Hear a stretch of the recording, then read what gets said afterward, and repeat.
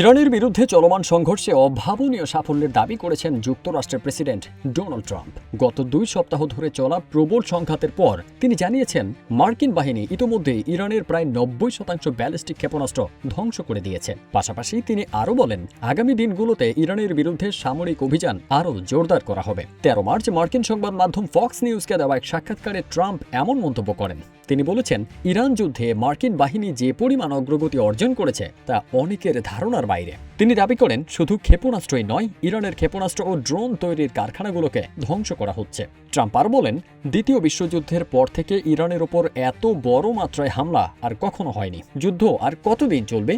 এই প্রশ্নের জবাবে তিনি সরাসরি কোনো সময়সীমা জানাননি। তবে তিনি বলেছেন, যুক্তরাষ্ট্রের কাছে পর্যাপ্ত সেনা, অস্ত্র ও সামরিক সরঞ্জাম রয়েছে। ট্রাম্পের মতে, যুক্তরাষ্ট্রের হামলায় ইরানের শাসক গোষ্ঠী এতটাই ক্ষতিগ্রস্ত হয়েছে যে সেই ক্ষতি পূরণ করতে বহু বছর লেগে যাবে তাদের। এমনকি তিনি আশঙ্কা প্রকাশ করেন, সামনের অভিযান আরও তীব্র হলে ইরানের পক্ষে পুনরুদ্ধার করাও কঠিন হয়ে যাবে।